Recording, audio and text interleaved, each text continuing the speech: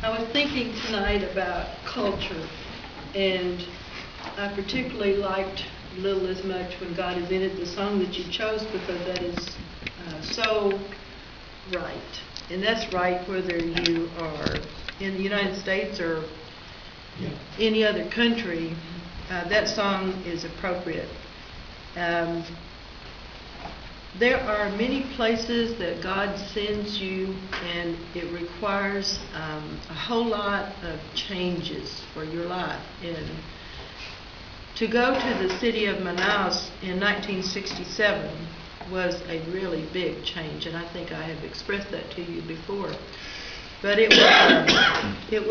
Manaus is a city which is located 1,000 miles from the ocean, up the Amazon River, 3 miles up the Black River, where it comes into there.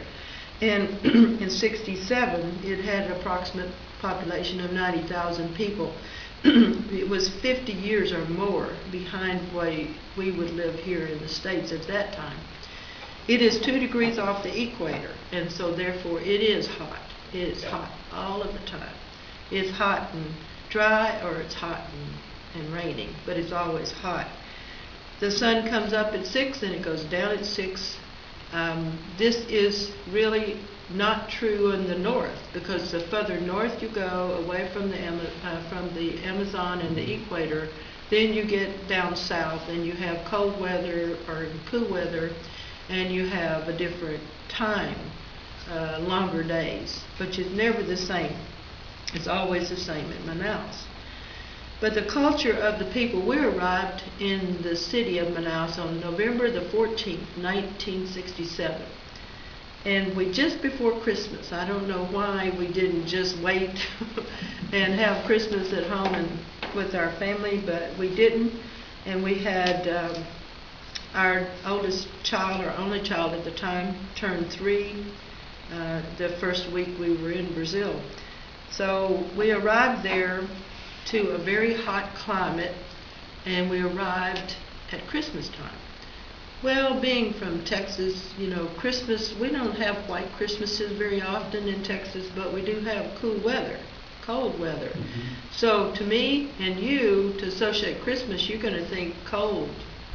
You think cold weather. You think about Santa Claus for your kids and your grandkids, and you think about presents, and all these things is what our culture is. The main thing, of course, is Jesus. This is his birthday that we are remembering. We know it really wasn't the 25th of December, but that's when we have chosen as a world to celebrate his birth. When we arrived there in November of 67, it was to a culture that did not have television, and they did not have telephones. If you wanted to call somebody in the States, they had the old deal downtown where you went to the telephone company.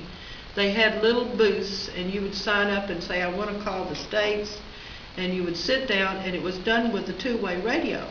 And when it was your turn, you'd go in there and you'd, hello, you'd scream, and then you'd wait a minute and they'd say hello back, and so you just it was a 2-way connection, and it was very different, very difficult. And the post office was a great disappointment. It took sometimes 2-3 weeks for a letter to come from the States, and sometimes they didn't come at all. And sometimes when they came, they were already opened, and they had checked to see if somebody had sent you something. So we always quickly told people, don't send anything in a letter, because if you do, we won't get it. And if packages came, they always opened them and decided if there was anything in the package that they wanted, so they kept it. And maybe they gave you what was left that they want.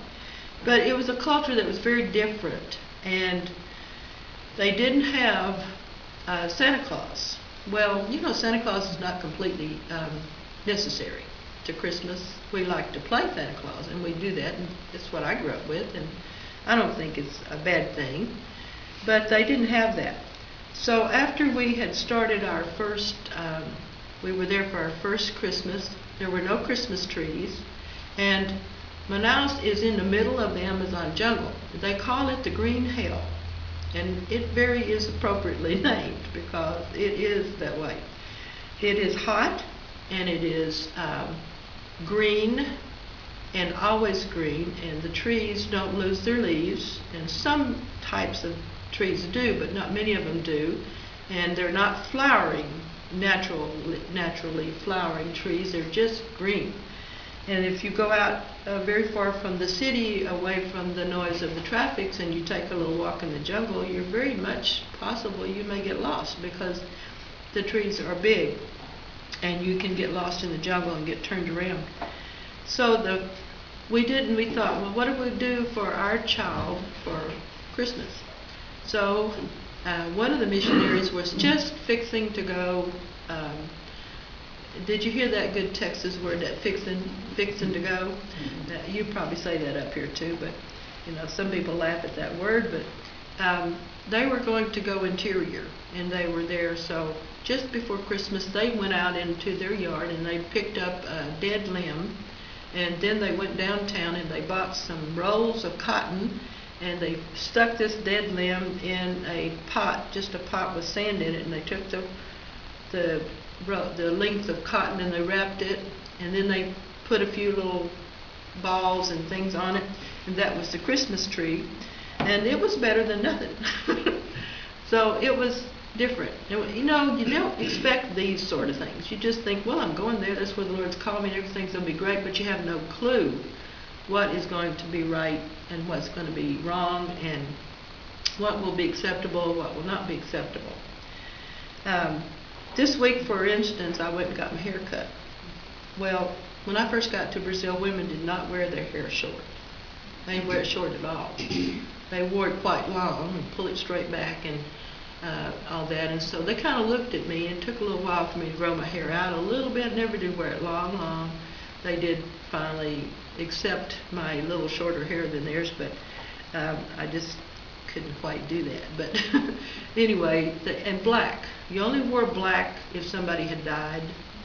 And so I wouldn't wear this there. I wouldn't wear this sweater at all. And I've got hose on, and the first thing you do when you get there is you get off the plane, you shuck off the hose because you won't need them anymore until you're ready to get back on the plane where the air conditioner is. So it's different. I wore short sleeve dresses and things of that way. Some of the people did not, even the ladies would not wear a sleeveless dress. They always wore shirt things. This is different cultural things which you have to adapt to. So we managed to get a little Christmas in for our daughter, and we started our language school.